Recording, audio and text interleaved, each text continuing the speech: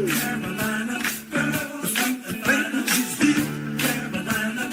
call is from a correctional facility and may be monitored and recorded. What's up, everyone? Carolina Girl here. Welcome back to my channel. I'm Salty Carolina Girl on TikTok. It's Sunday, August 9th, 2026. I hope everyone had a great week, and I hope you've had an even better weekend so far. As for me, today is testing my patience, and I hope it's not an indicator of how my day is going to go. I woke up at 6 o'clock this morning, made my coffee. I listened to a bunch of prison phone calls last night, and I clipped one of them, and I wanted to kind of just go over some of the calls that I've heard today, and I wanted to talk about this clip that I clipped. And so I sat down to record this video, and I got 20 minutes in and realized I never added myself to the stage. So I recorded 20 minutes of dead air. So that kind of upset me. And I said, well, obviously I haven't had enough coffee yet. Let me go back and have another cup of coffee. I went out to talk to my husband about something, and we walked up on the front porch for something, and I saw that we had a wasp nest in the corner of the porch. I pointed out to him. He went and got the wasp spray, and he came back, and as he sprayed it, I saw a wasp fall down to the porch. And me, I don't know what I did, but I grabbed my shoe and I went up to whack it, and I whacked the hell out of that sucker. I got the wasp, but I also somehow, the way it was on the steps or whatever, I ended up bending my shoe back, and I must have had my finger inside my shoe, and I bent the tip of my finger back as well. So I broke my finger. It's my pointer finger on my right hand. And so I just had a miserable morning, and I hope my day improves. I really hope this is an indicator of how my day is going to go. Because I'm kind of over it already. But anyway, I'm not really here to talk to you about my health. I'm here to talk to you about these prison calls. And, I've not really, and I want to just give a shout out to the person that put a FOIA request in for these prison calls. Shout out to you, whoever you are. From what I understand, it's an anonymous. They want to remain anonymous, and so be it. But I just wanted to say thank you very much for, getting these calls, putting them out, sending them to these other content creators and letting them, get them out as well. And so just much respect to you. So thank you. Thank you very much. Because I know it's going to be a lot of hard work, going through these calls, because I got the videos, the FOIA videos in this case, and I went through and I went to put them through. I wanted to put them in order and through the year. So I've got 2013, 2014, and 2015, and they're all in order in the playlist and stuff. And so I do know what kind of tedious work it is to have to, go through and edit out the calls and read and vet them and stuff. But anyway, thank you for all that you're doing. And so anyway, if you've been around and whether you're on YouTube or TikTok, I'm sure you've heard these prison calls going around. And so, because they're all over the place. It's my understanding we've got 44,000 hours worth of calls. And if I'm guessing, probably about 200 have been released so far. Maybe, it might not be that much because they're being released all over on TikTok and YouTube. On YouTube, I do know it's Gypsy Rose Prison Calls. It's a page that they're putting the calls out, and I believe they're the ones behind getting the calls, if I'm not mistaken, but I can't be 100% on that. Audacious Audrey's also putting out the calls. 1980s Millennial, Into the Weeds, Becca Scoops. I think Morgan Elena has the calls as well. Then you come over on TikTok, and I'm not familiar with all the people that are putting them out on TikTok, but I do know of one. She's my friend Cammie. She's putting them out over there on TikTok as well. And so, there's been quite a few come out. The one that really piqued my interest was last night that I heard on my friend Just Be and Me's panel. Just Be and Me, she's been playing them over there on TikTok. Chewy and Rose, they've been playing them on their lives, the prison calls on TikTok as well. And so, like I said, they've just a lot of Hello Starlight Live on YouTube. She's been playing them. And so they're just all over the place. And so, and like I said, I don't know exactly how many's been dropped, but if I'm guessing, I'd say about 200, maybe more, maybe less. I'm not sure. But anyway, The one that really piqued my interest was played last night on my friend Just Being Me's panel, and I clipped it and I put it out on both YouTube and TikTok, just the clip itself. But I wanted to actually talk about it today, and I just want to talk about some of the other things that I've heard in these calls that I'm just really not impressed with. These calls are gold for sure, and they're going to be the gift that keeps on giving for a while. Like I said, 44,000 hours worth of calls. So it is going to be the gift that keeps on giving for a little bit. But some of these calls are just like kind of disgusting. And, if I was Gypsy looking back on these calls, if I was listening to them, I'd be like, what was I thinking? Why would I let these guys talk to me like that? But then again, I look at Gypsy and she's the reason why these guys were talking to her like that. It's kind of funny because I always question why on earth would anybody write her in prison? And I could never really figure it out. It was just like, I couldn't understand why anybody would want to write her and get romantically involved with her while she was in prison. And now with these calls coming out, it kind of answers my question. When these guys are asked, how did you find out about Gypsy, or, how did you meet Gypsy? They always say, well, I watched her documentary and then I decided to write to her. And I'm thinking to myself, well, what about her in the documentaries made you want to write her? Because she comes across childlike, very immature. She's supposedly mentally delayed. And I do believe she's mentally delayed. I believe she's mentally delayed, and I believe she has behavioral issues. I also believe that it's part of her microdeletion, the 1Q21.1, because those are symptoms of that deletion. And so I do believe she's affected by that. Do I believe she'll ever admit that? No, but I do believe she's affected by it. And I do believe, she does have those issues. I really believe that. And so, but anyway, like I said, this is what you see, in the documentary. So why would you, what's attractive about that, or what would make you want to write that in prison, even though that it wasn't supposed to be like the real story, but still, obviously there's a lot there. And so I don't know, but like I said, I always questioned it. So then, listening to these guys talk to her, and it's to include Ryan and Ken, even it's to include them. I don't feel like they respect her as a woman, or, whatever, or as a partner for that matter. A lot of these guys, Ryan, Ken, and Jeff, and I haven't heard Jeff's phone calls. I've heard quite a few different guys, but not Jeff. But Jeff was one of her long-term beaux. Now, Ryan and Ken, they were, of course, she ended up marrying Ryan, and she was engaged to Ken at one time. So, these were long-term beaux that she was planning a future with. And I never heard them, talk when they were like talking intimate or whatever. I never once heard them say, Gypsy, when you get out of prison, I'm going to bring you home, and I'm going to lay you down on the bed and just make mad, passionate love to you. I'm going to treat you like you've never been treated before, because obviously to her, when she's telling the story, she's been sexually abused. She's never had a good experience with sex. She's never had an orgasm and all this jazz, which is a bunch of bullshit as far as I'm concerned. Just my opinion. Just so we know, I'm not stating this fact. It's just my opinion on that. I think it's all bullshit, but that's her story. And so you would think that these guys really cared about her.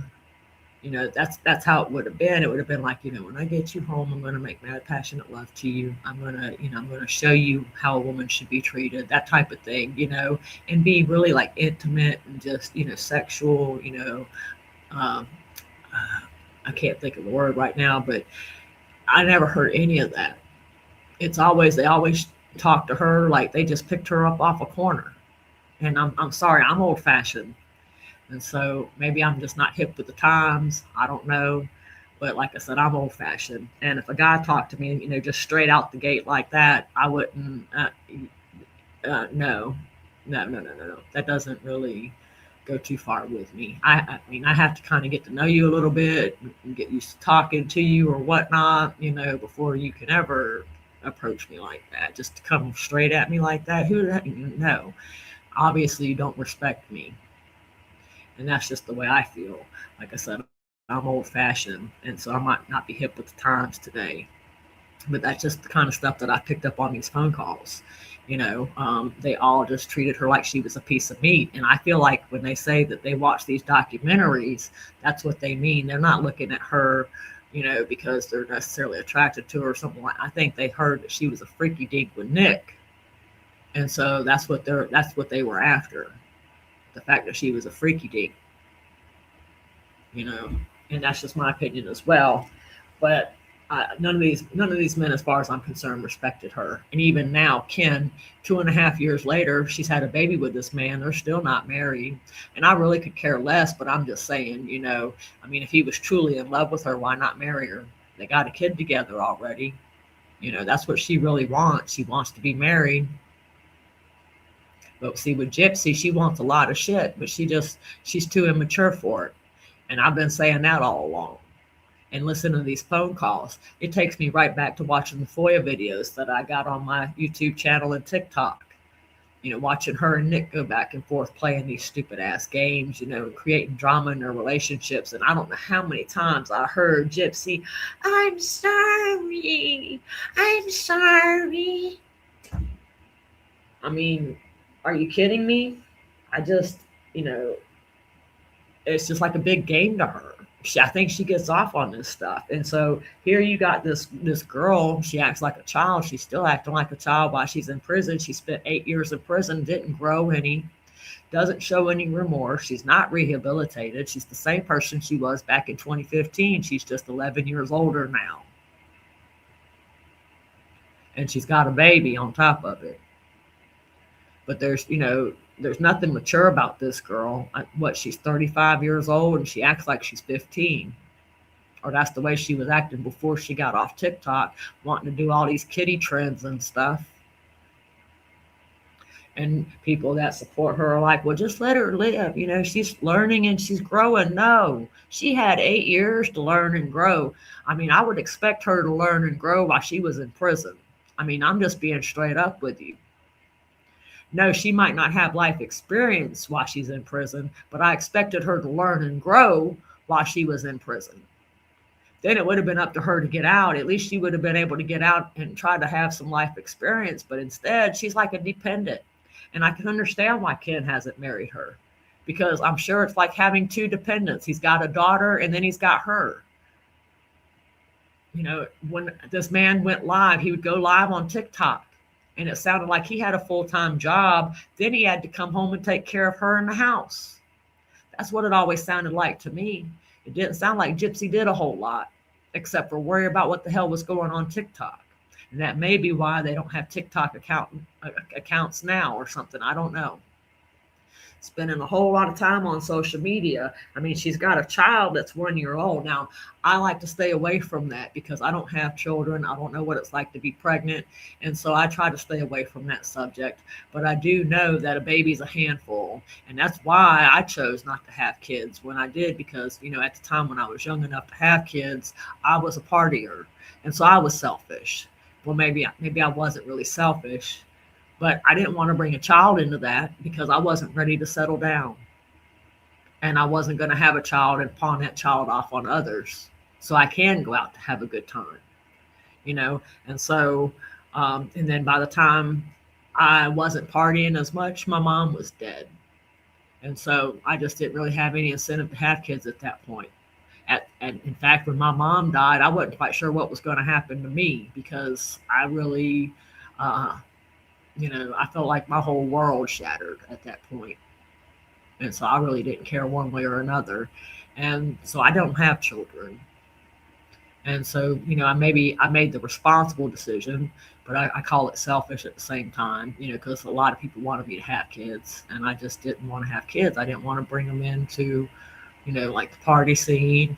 My ex-husband, that situation, it was a volatile relationship. I didn't want to bring him into that. I grew up in a volatile home like that, so I didn't want to bring a child into that. And so there were a multitude of reasons why I didn't have kids. So I don't really feel comfortable talking about Gypsy and her baby, but I do know that they're a handful. But she has a lot of time to spend on social media, having just a 1-year-old. I think the baby's 1 year old, maybe two, going on two. I don't know. Anyway, so I'm listening to all this, and I feel like here, they got a baby together, but they're still not married, and everybody calls her No Ring Blanchard. And she actually made the comment, said, "Well, you could take a ring off, but you can't take a baby off." And I do remember a comment that Ken made when they first got together, and he found out that Gypsy was pregnant, and people were asking him, I guess, if he was going to stay or what was going to happen. And he was like, "Well, I'm going to have a baby with her. And, we both come from broken homes, and I'm not going to do that to my baby, blah, blah, blah, blah." And that's all well and good, Ken, and I commend you for that. I really do. But at the same time, I grew up in a volatile household, a domestic violence household. And, you know, I understand what you're talking about because of the fact you grew up in a broken home. I grew up with both parents, and I wished my parents would have divorced for my mother's best interest because my dad liked to use her as a punching bag, and I witnessed a lot of that shit. And so I wished my parents would have divorced because I came out of that household with a lot of problems, especially, with what I see my mom go through with my father. I will never, ever let a man put his hands on me. And if that requires me going to prison to make sure that doesn't happen, I will go to prison for the rest of my life to make sure a man will put his hands on me. That will not happen, or he won't get away with it. I can promise you that. And that's the kind of mental issues I have coming out of that household. And so I wish my mom and dad would have divorced because I feel like it created me more problems, them staying together, than it would have if they would have separated and gone their own way. And so I'm just trying to give you a piece of advice if you happen to hear this. Just because you have a baby with her doesn't mean you have to stay with her. And I do commend you for that thought. But sometimes you're doing the child more harm than good by staying. And I'm just saying, and so you don't just stay for the kids. Like I said, sometimes it creates more trauma for them. But I have a feeling, anybody with Gypsy, it's going to be because that's just who she is. She likes the drama. She likes the turmoil. I think she kind of gets off on it. It takes me back to watching the Nick videos with her. Nothing's changed with her. I keep on hearing she needs to learn and grow still, but she had 8 years to do that. And she's had 2.5 years since she's been out of prison, and she hasn't done anything for herself. She hasn't done anything for herself. And if she has, she hasn't bragged about it. Now, that's stuff to brag about. The shit that she brags about is childish. She acts like she's 35 going on 15. And it just, everything she's done from the time she's got out of prison, I mean, if she had anybody with any sense around her, they would have told her, "Gypsy, you just really need to come out of prison and, live life a little bit before you jump on national television acting like you're somebody and like, you've had all these experiences and stuff or whatever. And, jumping on these stages, acting like you're trying to give speeches and stuff when you haven't really experienced anything, I don't know. But no, that didn't happen. They just saw, I really think they saw the bright lights and they saw a greasy-headed dollar sign running around. And they knew that was their cash cow. And they could make money off of her story. That's all they did while she was in prison. They kept trying to push the story to make money off of it.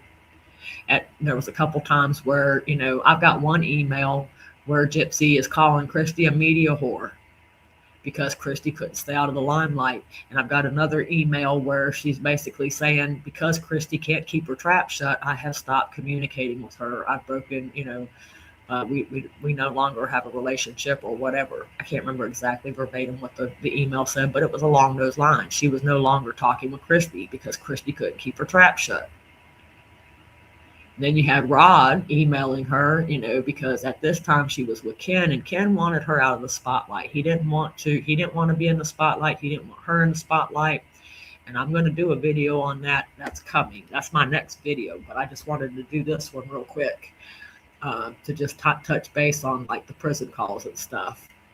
but he did not want her in the spotlight. And so she was really trying to stay out of the spotlight. And Rod contacted her and said, look, there's a Japanese company. It's overseas, a Japanese company. They want to do a story on you, but it's going to be over there. So it'll never be played here in America. It'll be played over there. And they're willing to pay $10,000 for it. Can I do it? That could really help out. I can't remember what he said. I think he wanted to add an extra bathroom or a closet, or I can't remember, but he was adding something on to his house, and that money was going to help. And so she said, sure, all I ask is you put $800 or $900 on my books. That's all I ask. Out of $10,000, she just wanted $800 or $900 to go on her books. And I've got that email somewhere too. But, it was all about money for them and selling this story. And I've always seen through it. I've never, ever been a supporter of this girl. I've never believed her story. I've never, ever, ever believed her story. And so I'm not included when you got these people out there talking about, oh, I believed her, or I supported her up until this, or I did. No, I have never, ever supported this girl, ever. I've always saw through her. I felt she was like a liar, a manipulator. I felt like her story has been nothing but a defense. Her story was a defense to keep her out of prison for the rest of her life. And she ran with it. And there was one thing in her medical records that helped with that Dr. Bernardo Flasterstein. And I'm going to say that I'll stand on that hill and die. Stand on it and scream with my chest out. 10 toes down with my chest out, that Dr. Bernardo Flasterstein was her keep me out of prison for the rest of my life card, because he was the one that believed it was suspected Munchausen's by proxy. And he put that in her medical records. Had he not put that in her medical records, she'd be still sitting in prison, and more than likely we wouldn't even be here, and we probably would have never even met. So that's one good thing that's come out of this case, though, is the fact that I've met some great people in this community. And, and so it's been really nice, working alongside y'all for the last 2.5 years and communicating with you and hanging out with you and stuff. And so you guys know who you are. We've been here for a while going through this, trying to get justice for Dee Dee. And I think it's happening slowly but surely. I think the tides are going to turn, folks. We just need to keep pushing these calls out there, and these content creators need to, pick these certain calls, break it down, and, make some content on it, put it out there to these people and break it down for them. A lot of these people don't want to just sit and listen to the calls. So we need to start clipping them and making videos about, key things, or, take our takeaways from these certain videos and stuff. But I want to play this one clip for you. This is a call I heard last night, and it was on Audacious Audrey's channel. And Ken, it's August 5th, 2019, and it's Ken and Gypsy, and they're starting their breakup. They'd already called their engagement off. They were supposed to get married in July, but they called it off. And Raina, basically, the context of this call is, Raina had visited Gypsy, and apparently she didn't approve of them getting married. And so, she talked to Ken about it and stuff. And, so they've been arguing and going back and forth. And I think Gypsy had broken up with Ken because she suspected Ken was going to break up with her. So she wanted to do it first type thing. And so they're going back and forth here. And I wanted to leave a little bit of the call in it, before the part that's really important, because I just wanted y'all to have the context there, and I didn't want to just clip it so you didn't really know what was being said before that. So this is a little context with what the important part. But, this is the real reason, folks, why she murdered Dee Dee, or had Dee Dee murdered. This is the real reason right here. I think another big concern of mine is like, are you going to do like you did last year, where you're just like, okay, I'm moving next month, and then the next month comes, and then, oh, okay, next month after that. It's just, I wonder if you're actually going to move this time. You told me not to. Then just, well, if we decide to stay together, then no, you kind of have to. You told me not to, and then I started to fucking think of like, okay, well, I guess I'm not going now. Like Well, it's such a back and forth, It's like everything gets processed. And then now it's like you're like, oh, I didn't mean any of that. This whole fucking thing is just ripping me apart. It's ripping my whole fucking heart apart. I don't know. You don't think it is me too? I don't know. You getting some kind of fun out of this? I don't know. No, I don't. I've been crying for the last couple of days. It's amazing what a whole day of crying can do to your head. You get fast with migraine. It really hurts. Like, I've been putting myself through hell, and maybe I overreacted. Maybe I overreacted for the visit. Like, whatever. Like, as I told you, I don't give a rat's ass about anybody else. I think that's made perfectly clear, the fact that I'm on a fucking murder charge. What? I'm going to do what the fuck I want to do. Why would you even say that? I want to pause it right there. That, folks, right there is the real Gypsy Rose Blanchard. What you just heard, and I'm going to rewind it back a little ways, but what you just heard is the real Gypsy Rose Blanchard. And this is the real reason why she killed Dee Dee. And did you hear Ken? He was shocked at what she said. He was like, oh, why would you say that? Because it's the truth, Ken. It's the truth. And you've been ignorant this whole time. You've refused to see what's being put in front of you. You don't want to see the truth. You think you know the truth. In fact, you act like you were sitting on the couch when all this shit went down. That's how you've acted this whole time. Because I know you haven't seen the evidence because you refused to. You said you weren't going to read her book. You weren't interested in the FOIAs. You know, you couldn't wait for all the videos to come out, and then they dropped, and there was some disgusting things in there. And now, you know, the phone calls are coming out. And we all knew that people were trying to get the phone calls because of the Ryan bullshit that happened when we discovered that, you know, in the emails, there was an email in there where Gypsy was talking to a friend of hers about Ryan because Ryan had confided in her that he was having sex. And I guess his ex-girlfriend's child walked in on him or was in the same room or something. And Gypsy was just, you know, supposedly disgusted by it in this email. And she was talking to another guy about it. I can't remember. I don't know if it was Jeff. I don't know. But she was talking to another guy about Ryan about this and was acting like she was completely disgusted. But she still married the man. But then we just heard the phone call because everybody was like, oh, he was like, well, you know, the phone call, that was a phone call. And I did not say that, blah, blah, blah. Yeah, you did, Ryan. That's your fetish. That was your fantasy that you wanted to get caught in the act by a child. It didn't really matter. You wanted to get caught by anybody, but it was like a turn on to get caught on by a child or something like that. I don't know. But it was disgusting. That's disgusting. And then, you know, Gypsy supposedly got into it, and which doesn't surprise me because we've got a video of her talking about what she wanted to do with her 13-year-old daughter and Nick being the father. You know, the 13-year-old daughter was to give herself to her father. And that was out of Gypsy's own mouth in a video. It's on my YouTube. It might be on TikTok if it's under 60 minutes. If not, it's definitely on my YouTube. But yeah, you know, that's her mindset. And I was told, you know, or they tried to convince us that Nick forced her to say that. Nick was 8 hours away. He wasn't even in the same state. How could he force her to do anything? There's no way he could force her to do anything. You know, it was within her power to get rid of him. She didn't have to call him. She didn't have to text him. She didn't have to message him. All she had to do was close her laptop, delete his contact, whatever. And that would have been that. Blocked him. That would have been that.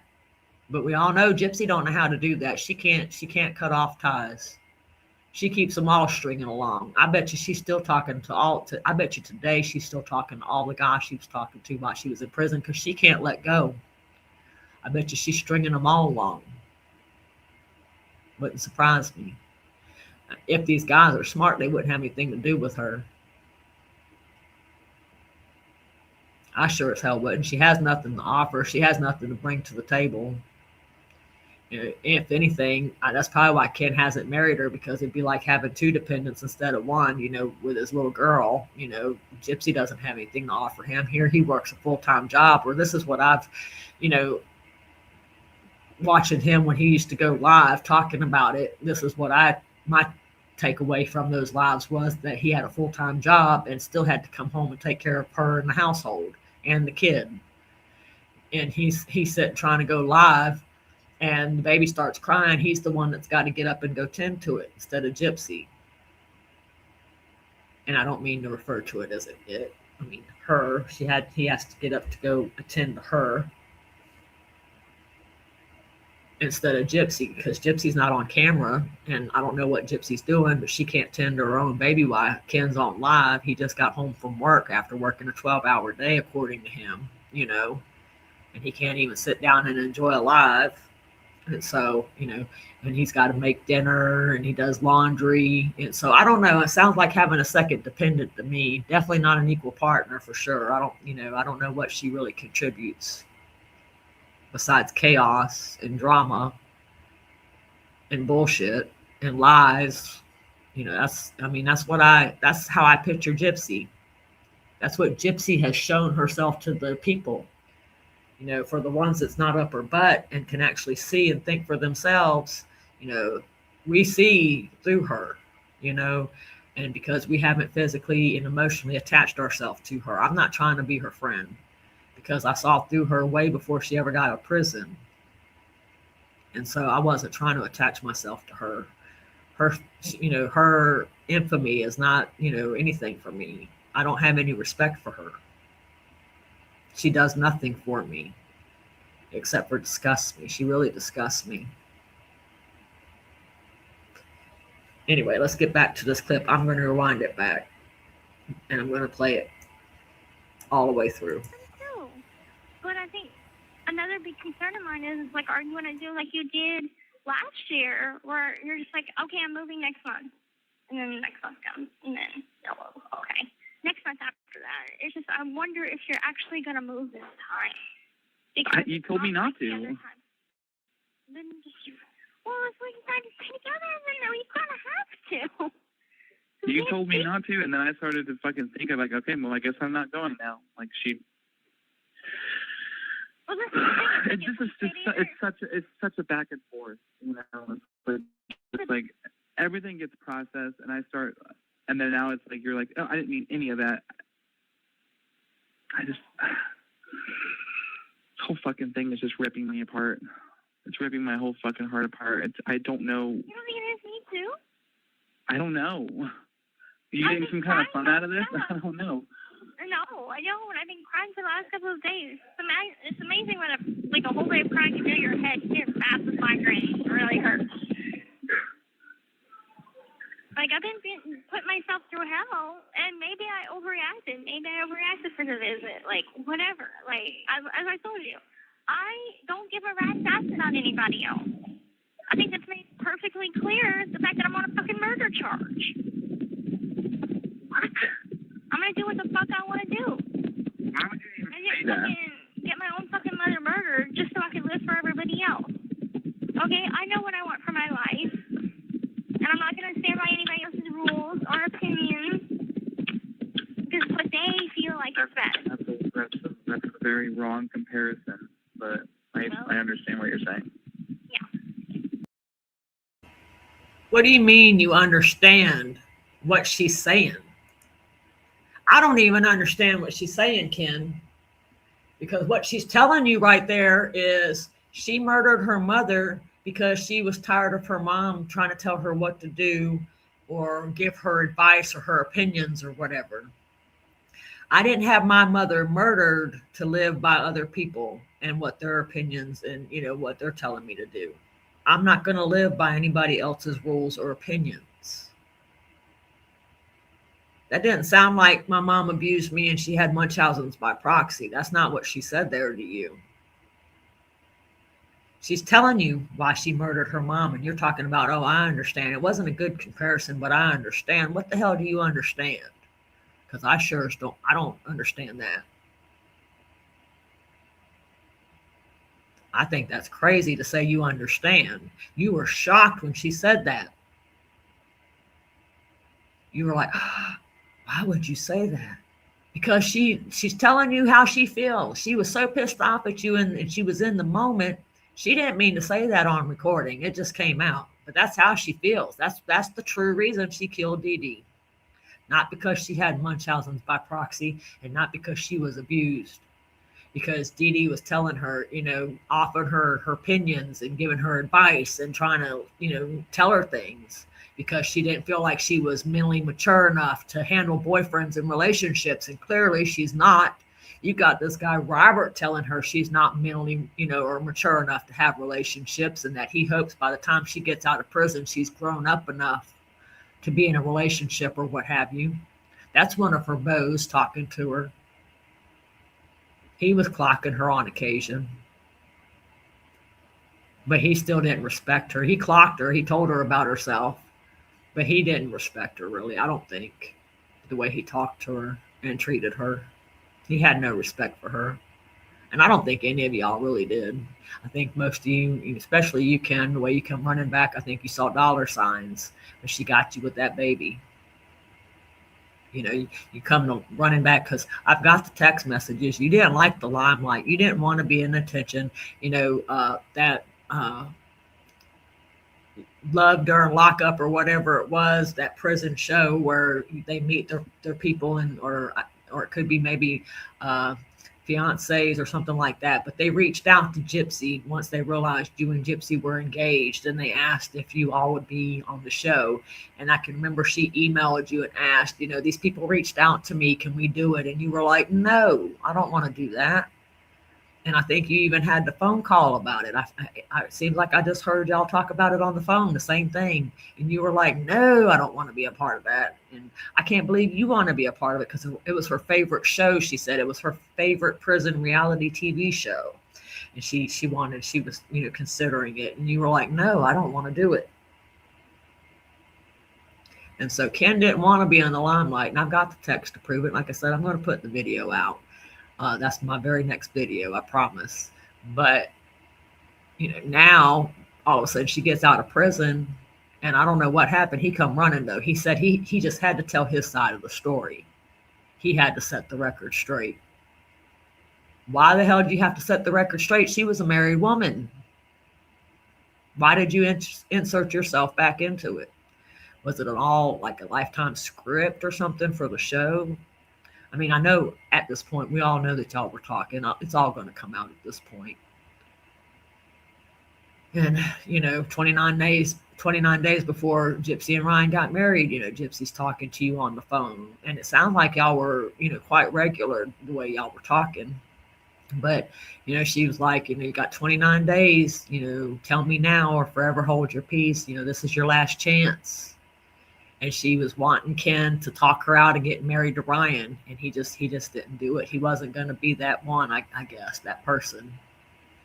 And so he was like, I wish you the best, and I can't remember all what he said to her, but he had her crying, I still love you. And he's just like, but you're engaged to Ryan and you're going to be married in 29 days, and so you gotta take care of that business. That's what you got into. Blah, blah, blah, whatever it was. I mean, I don't know. It's all craziness. It's all craziness. They saw a greasy-headed dollar sign running around. The bright lights must have attracted their, Ryan was attracted to the lights. He always says he's attracted to the lights. He loves lights and stuff and the graphics. So, I could understand maybe that's what it was, because as soon as, I guess he got in the picture, they were doing prison confessions. And right towards the end of prison confessions, that's when we learned that she was engaged to be married. And that's when we meet Ryan. So he was in prison confessions towards the end. Then he was in the whole first season of Life After Lockup and part of the second season. And so I guess those big bright lights at Lifetime, even though he doesn't like Lifetime, those big bright lights at Lifetime attracted him. He was like a big old mosquito. And those lights going right into he saw the light. But anyway, I'm just rambling at this point. I'm just, I'm completely beside myself with some of these calls that's come out so far. But I greatly appreciate the person behind it. I think they're gold. And like I said, it's going to be the gift that keeps on giving for a little while. And like I said, creators, we need to start clipping some of these calls, and actually putting them out there and getting it, because some of these people, they're just not going to sit back and listen to all these calls. one right after the other or whatever, And so any important things like, the clip that I just played, that's what we need to clip and get out there, especially if it supports our theory all this time. And I think this one, to me, I feel like I'm Charlie in Willy Wonka Chocolate Factory right now. I feel like I just found a golden ticket and I'm dancing around with my invisible grandpa because I just found a golden ticket and we're getting ready to go to the invisible Willy Wonka Chocolate Factory. With this clip, because I feel like personally this is why she murdered Dee Dee, and this has always been the reason, and I've been screaming this ever since I've been in the community. But August, this month of August, it's my 1 year mark of putting out Gypsy Rose content. I started in August of 2025, and ever since from my very first video, I've always said this. It had nothing to do with Munchausen's by proxy. It had nothing to do with her being abused. It had everything to do with her being a spoiled ass brat. And Dee Dee was trying to do what was best by her. And, she told her, "You're not mature enough." Because Gypsy even told that to Nick. My mom said I'm not mature enough to date yet. Once I turned 18 or 21, I can't remember what it was, she was going to allow her to date if she was mature enough. But she just was not mature enough to handle relationships. And that's why Dee Dee didn't really want her dating, because of the fact that she didn't think that Gypsy could mentally understand, especially some of the mind games that happens with relationships and such. And so, and then it's kind of funny because, like I said, in this prison call, Robert tells her the same thing. You're not mature enough to have relationships. And, if I can clip that, if I can go back and find that call, I'll clip it and we'll do a video about that too. Because I think all this needs to kind of be pointed out, because we've got the other videos that she did with Nick to kind of, back it up a little bit. But anyway, I'm going to go ahead and get off of here. I hope everyone has a good rest of your weekend, and I hope you're prepared to go into your work week. I think if your kids haven't already started school, I think a lot of people's kids are going to be starting school this coming week. And so I just want to wish everybody's children that's getting ready to start school or have started school a happy, safe, and healthy school year. And with that being said, just let me know if you guys have heard these prison calls. Let me know what you think of them. If there's anything that you want to, for us to discuss further, or clip and talk about, let me know in the comments. I'll gladly look into it and see what we can do. But anyway, let me know what you think about this video and what I've said. And like I said, I'm sure you've seen these clips around. You got Ryan. I'm just really completely disgusted with Ryan. And for anybody that's still out there supporting that man, I really don't know how you can support him. He treats women like crap. He was a special education teacher during these phone calls, and there's calls of him being, making fun of special needs kids or calling them names per se. Gypsy, it was a hypothetical, but it was like, I think it was something like, what would happen if we had, special needs children? And he was like, oh, PP and Riri or something like that. Those were his words, people, not mine. Those are Brian Anderson's words. That's what he said. And then he had he said the full R word a couple times, and he's a special education teacher at the time. And so that was just really disgusting to hear. And somebody confronted him about that. And not only did he block him from the live, but he tried to justify it by saying it was a joke. And it was meant, he was talking privately to his wife and they were joking. And yeah, Gypsy, she was laughing like she was at a comedy show. She thought it was comedy gold. She was just, she probably piddled herself a little bit laughing so damn hard. She thought it was funny. I didn't think it was too funny myself, especially with him being a special education teacher. But that's what he said. It was a joke, and he didn't mean it malicious or vicious, and he didn't say it to them. What? Are you kidding me? I'm not even a special education teacher, and I don't say shit like that. I would never think about saying and I don't joke about that. I actually think that kind of stuff is bad karma. I believe in like bad karma and good karma and all that. And I don't wish ill will on anybody. I don't, I don't wish people dead. I don't wish ill will on anybody. I mean, I feel all that like it's bad juju. It's bad karma. And so no, I don't. I couldn't do that. But anyway, like I said, I don't know how you can support him after some of the things that's come out on these phone calls. And he's trying to say that they've been clipped. These phone calls, they're full phone calls, folks. Now, of course, parts have been clipped from these calls, but these calls, the full calls are out there, and they're everywhere. And if you go to YouTube, Gypsy Rose prison calls on YouTube, they put out the full calls. Audacious Audrey on YouTube is putting out the full calls. Hello Starlight Live is putting out the full calls. I believe Morgan Elena on YouTube is putting out the full calls, without commentary. And like I said, there's several people on TikTok that I think are releasing the calls, but I don't know on TikTok. I'm more YouTube. So sorry TikTok. But anyway, I'm getting off of here. Y'all have a great weekend, rest of your weekend. Hope you have a great week ahead. Leave me a comment below. Tell me what you think about this video, or if there's any calls that you've heard that you would like discussed further, let me know about that too. Anyway, as always, I appreciate each and every one of you that support my channel, whether you're here on YouTube or TikTok or both. I do greatly appreciate your support. Without you guys, I wouldn't have a channel. And so again, thank you all. Have a good one, and I'm out of here. If you ask me what I want to do with my life, like I told you before in my email, I want to get out. I want to start to rebuild relationships with the people that I care about. I want to come home to you. In a year, I want to start a family.